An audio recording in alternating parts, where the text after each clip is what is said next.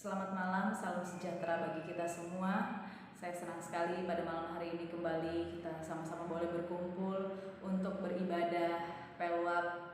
Meskipun kita ada di rumah kita masing-masing, tapi kita percaya bahwa Tuhan ada di tengah-tengah kita untuk memberkati kita. Kita akan siapkan hati kita pada malam hari ini. Kembali kita akan mendengarkan kebenaran firman Tuhan. Nah, kita percaya firman ini akan kembali menguatkan kita, menyegarkan jiwa kita untuk kita tetap kuat di dalam Tuhan. Mari kita sama-sama berdoa. Bapa yang baik, terima kasih Tuhan, Engkau ada Tuhan Yesus bagi kami di setiap waktu kami Tuhan.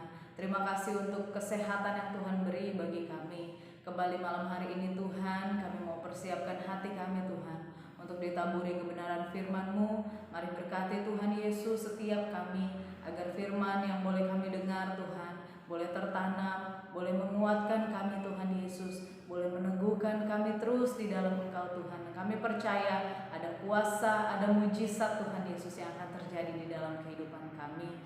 Terima kasih Bapa, ampuni setiap dosa kami Tuhan. Layakan kami Tuhan untuk masuk lebih lagi di dalam hadirat-Mu. Di dalam nama Tuhan Yesus kami buka ibadah ini dengan penuh syukur. Haleluya, amin. Puji nama Tuhan. Bapak Ibu yang dikasihi oleh Tuhan, saya sangat bersyukur dan berterima kasih kepada Ibu Gembala yang mempercayakan saya untuk kembali melayani firman pada malam hari ini. Tema firman Tuhan pada malam hari ini adalah karya ilahi di dalam doa atau karya Allah dalam doa. Ayatnya kita buka bersama-sama dalam Matius 6 ayatnya yang ke-10. Matius 6 ayat yang ke-10. Datanglah kerajaan-Mu, jadilah kehendak-Mu di bumi seperti di surga. Berbicara tentang karya adalah hasil dari satu pekerjaan atau perbuatan yang dilakukan oleh seseorang, yang dilakukan oleh pencipta, atau karya yang dilakukan oleh Tuhan sendiri. Jadi arti dari tema kita adalah pekerjaan atau perbuatan Allah di dalam doa kita. Atau lebih gamblangnya, karya ilahi di dalam doa adalah Tuhan bekerja di dalam doa kita. Luar biasa, tema pada malam hari ini kita akan berbicara tentang doa. Haleluya. Karya Tuhan di dalam doa kita. Di dalam Roma 8 ayat yang ke-26 sampai ke-28 kita boleh buka bersama-sama. Roma 8 ayat 26 sampai ke-28. Saya akan bacakan. Demikian juga Roh membantu kita dalam kelemahan kita, sebab kita tidak tahu bagaimana sebenarnya harus berdoa, tetapi Roh sendiri berdoa untuk kita kepada Allah dengan keluhan-keluhan yang tidak terucapkan, dan Allah yang menyelidiki hati nurani mengetahui maksud Roh itu, yaitu bahwa Ia sesuai dengan kehendak Allah berdoa untuk orang-orang kudus. Kita tahu sekarang bahwa Allah turut bekerja dalam segala sesuatu untuk mendatangkan kebaikan bagi mereka yang mengasihi Dia, yaitu bagi mereka yang terpanggil sesuai dengan rencananya. Luar biasa, ayat ini mengatakan dengan jelas bahwa Allah sendiri turut bekerja di dalam segala sesuatu untuk mendatangkan kebaikan di dalam hidup kita. Jadi tidak ada sesuatu yang salah, tidak ada sesuatu yang keliru, yang mendatangkan kecelakaan yang Allah kerjakan di dalam kehidupan kita. Inilah yang harus menjadi keyakinan kita sebagai orang-orang percaya, bahwa Allah bekerja di dalam doa kita bersama-sama dengan kita untuk menghasilkan kuasa, untuk menghasilkan mujizat, untuk menghasilkan pertolongan, untuk menghasilkan kesembuhan yang datang dari Tuhan. Jadi doa itu benar-benar memiliki kuasa yang besar jika kita dengan yakin berdoa kepada Tuhan.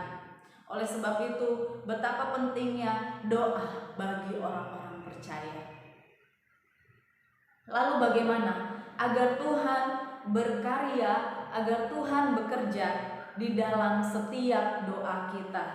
Ada 3 hal yang harus kita lakukan sebagai orang percaya agar Tuhan bekerja di dalam doa kita.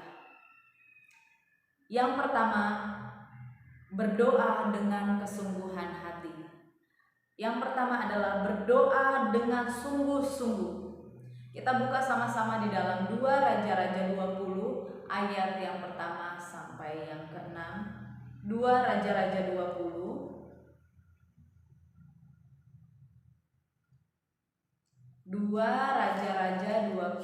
ayat yang ke-1 sampai ke-6.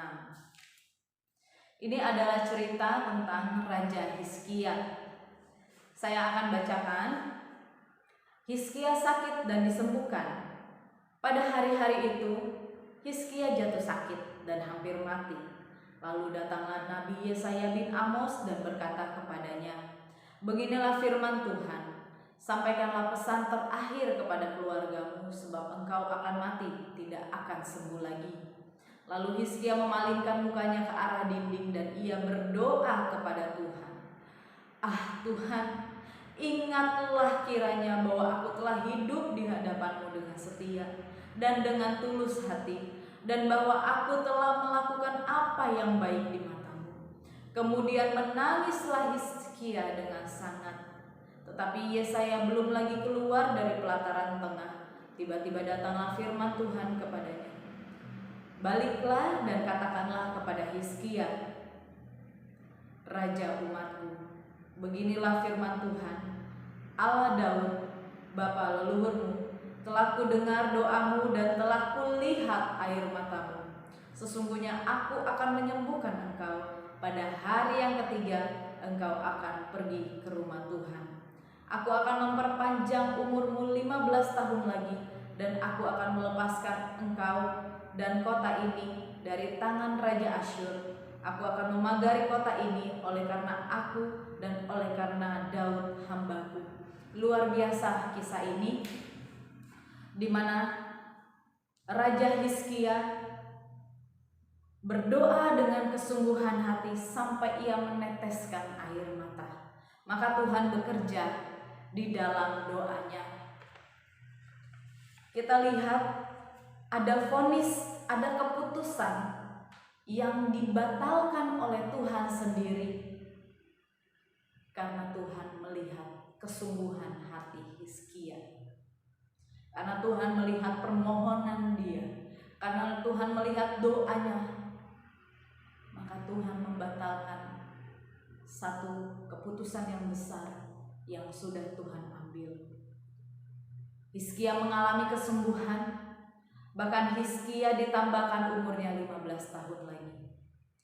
Ketika masalah datang, ketika sakit penyakit datang, ketika ada jalan buntu di dalam kehidupan kita, hal yang pertama yang perlu kita lakukan adalah kita datang berdoa kepada Tuhan.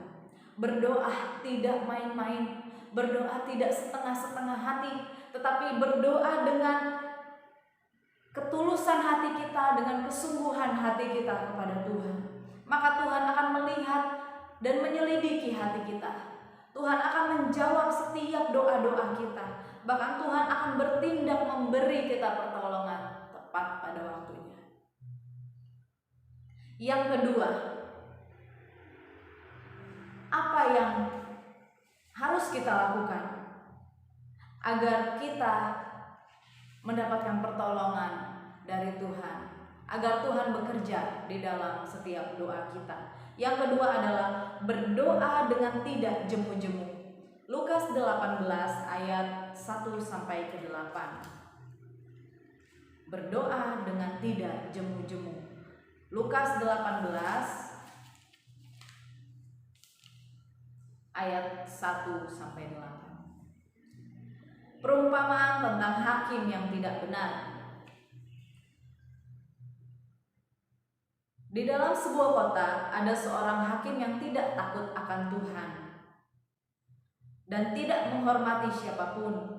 Dan di kota itu ada seorang janda yang selalu datang kepada hakim itu dan berkata, "Belalah aku terhadap lawanku." Beberapa waktu lamanya Hakim itu menolak, tetapi kemudian ia berkata di dalam hatinya, walaupun aku tidak takut akan Allah dan tidak menghormati seorang pun, namun karena janda ini menyusahkan aku, baiklah aku akan membenarkan dia supaya jangan terus saja ia datang dan akhirnya menyerang aku. Camkanlah apa yang dikatakan hakim yang lalim itu. Tidakkah Allah akan membenarkan orang-orang pilihannya yang siang malam berseru kepadanya? Dan adakah ia mengulur-ulur waktu untuk menolong mereka? Aku berkata kepadamu, ia akan segera membenarkan mereka. Akan tetapi jika Anak Manusia itu datang, adakah ia mendapatkan iman di bumi? Luar biasa perumpamaan ini, perumpamaan yang menjadi berkat untuk saya secara pribadi. Terkadang kita mau mendapat jawaban yang instan. Terkadang kita berdoa saat ini dan kita mau berharap hari ini juga Tuhan menjawab doa kita, atau paling lama besok, Tuhan tolong jawab doa saya. Tetapi pemikiran kita berbeda dengan pemikiran Tuhan. Ada doa yang Tuhan langsung jawab, tetapi ada juga yang memerlukan waktu untuk dijawab oleh Tuhan. Bukan berarti Tuhan tidak memiliki kuasa untuk menjawab doa kita saat ini, untuk menjawab langsung, untuk menyembuhkan langsung sakit penyakit kita. Tetapi ada waktu yang tepat yang Tuhan mau nyatakan di dalam hidup kita. Tuhan mau lihat bagaimana sikap hati kita dengan tidak jemu-jemu datang kepada Tuhan. Tuhan mau menguji bagaimana kita terus berharap kepada Tuhan, meminta terus kepada Tuhan dengan tidak jemu-jemu. Ibu Gembala sering mengingatkan kita bagaimana kita harus berdoa terus dengan tidak jemu-jemu. Jangan sampai kita lalai di dalam doa kita. Jangan kita sampai mundur di dalam doa kita. Tetapi biarlah kita terus berharap kepada Tuhan. Berdoalah sampai kita mendapatkan jawaban Tuhan. Sama seperti janda ini, terus saja dia minta pertolongan karena dia tahu hanya hakim ini yang dapat menolong dia di kota tersebut. Dia tahu kepada siapa dia harus meminta. Perumpamaan ini Tuhan katakan untuk kita juga tahu kepada siapa kita harus meminta pertolongan, yaitu pertolongan kita satu-satunya hanya daripada Tuhan. Oleh sebab itu, mari datang dengan tidak jemu-jemu kepada Tuhan. Jangan pernah kita ragukan kuasa Tuhan. Di ayat 7 dikatakan, tidakkah Allah akan membenarkan orang-orang pilihannya? Tidakkah Allah akan mendengar setiap doa kita yang kita panjatkan terus kepada Tuhan dengan tidak jemu-jemu? Adakah Allah akan mengulur-ulurkan waktu? Saya percaya ayat ini iya dan amin. Tuhan sendiri yang mengatakan, Ia tidak akan mengulur-ulur waktu untuk menolong setiap orang yang datang kepada Tuhan dengan tidak jemu-jemu. Berdoalah sampai Tuhan menyatakan pertolongannya di dalam kehidupan kita. Yang ketiga, berdoa dengan penuh keyakinan kepada Tuhan. Berdoa dengan iman kepada Tuhan. Hal inilah yang menjadi hal yang terpenting pada saat kita berdoa, yaitu iman kita. Iman adalah satu kepercayaan yang teguh kepada Tuhan. Jadi kalau kita berdoa, kita harus berdoa dengan penuh keyakinan bahwa Tuhan sanggup menolong kita, bahwa Tuhan sanggup membuka jalan yang tertutup, bahwa Tuhan sanggup menyatakan satu kuasanya di dalam kehidupan kita. Jangan pernah kita ragu kepada kuasa Tuhan. Jangan pernah kita takut bahwa Tuhan tidak sanggup menolong kita. Markus 11 ayat yang ke-24, Tuhan sendiri mengatakan, apa saja yang kamu minta dan doakan, percayalah bahwa kamu telah menerimanya, maka hal itu akan diberikan kepadamu. Luar biasa, ayat ini meneguhkan kita kembali bahwa apa saja yang kita minta dengan penuh keyakinan kepada Tuhan, percaya saja bahwa kita telah menerimanya dan hal itu akan Tuhan berikan kepada kita. Terkadang masalah yang berat membuat kita goyah. Terkadang masalah yang membuat kita ragu, apakah Tuhan sanggup menolong kita? Apakah Tuhan mampu menyembuhkan kita? Masalah saya sudah begitu berat. Bahkan tidak ada keluarga, tidak ada orang-orang yang mampu menolong saya. Terkadang masalah-masalah yang bertubi-tubi datang kepada kita membuat kita ragu akan kuasa Tuhan. Tetapi firman Tuhan mengingatkan pada malam hari ini kepada kita, jangan pernah ragu. Ketika kita berdoa, datang kepada Tuhan dengan kesungguhan hati, dengan tidak jemu-jemu. Jangan ada keraguan sedikit pun kepada kuasa Tuhan. Seberat apapun masalah kita, biarlah iman kita tetap teguh kepada Tuhan. Karena bagi Tuhan dan bagi orang percaya, tidak ada perkara yang mustahil. Amin. Percaya saja Tuhan pasti membuat yang terbaik di dalam kehidupan kita. Seperti firman Tuhan katakan di nats kita, jadilah kehendak-Mu di bumi seperti di surga. Apa yang Tuhan kerjakan adalah yang terbaik. Waktu Tuhan adalah waktu yang terbaik. Tuhan tidak pernah terlambat untuk menolong kita. Tuhan juga tidak pernah terlalu cepat untuk menolong kita. Semua sesuai dengan waktunya Tuhan. Tepat pada waktunya Tuhan akan menyatakan perbuatannya di dalam hidup kita. Firman Tuhan sampai di sini. Mari tetap kita percaya bahwa tidak ada perkara yang mustahil ketika kita datang kepada Sang Penolong hidup kita. Haleluya, haleluya Tuhan Yesus. Haleluya, haleluya Tuhan. Terima kasih Tuhan, terima kasih Bapa. Haleluya, haleluya Yesus. Bagi Tuhan tak ada yang mustahil.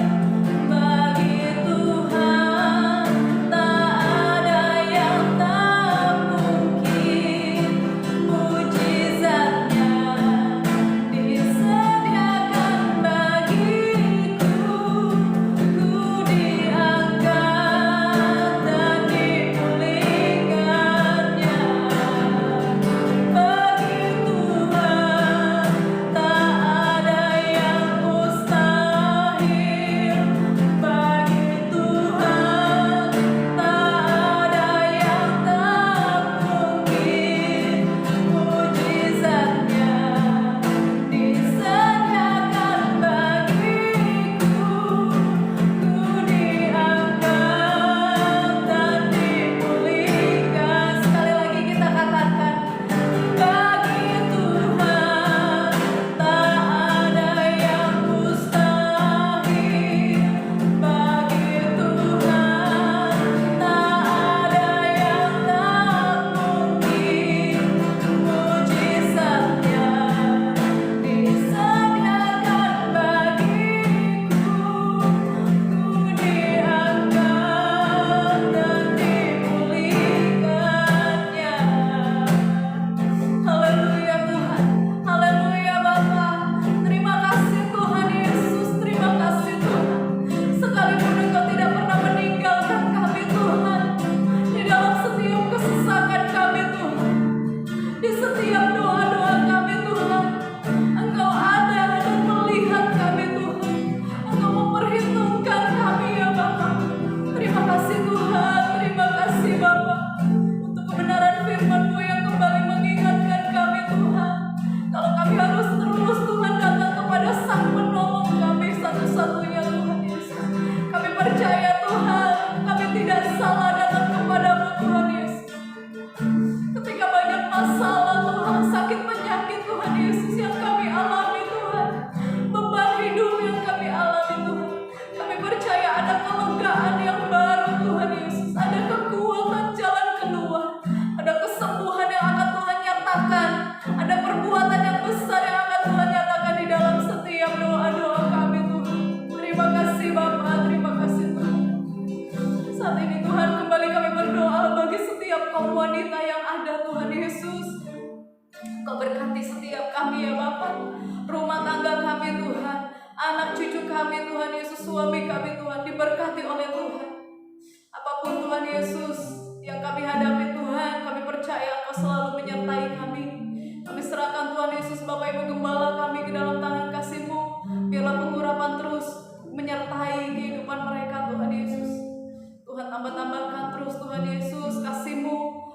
kepada setiap kami Tuhan, kaum wanita yang ada Tuhan Yesus, agar kami menjadi berkat Tuhan dimanapun kami berada ya Bapa. Terima kasih Tuhan Yesus buat ibadah yang diberkati Tuhan pada malam hari ini. Kami percaya Tuhan, Engkau telah menyatakan segala sesuatu yang baik di dalam hidup kami Tuhan. Terima kasih Bapa, terima kasih Tuhan Yesus.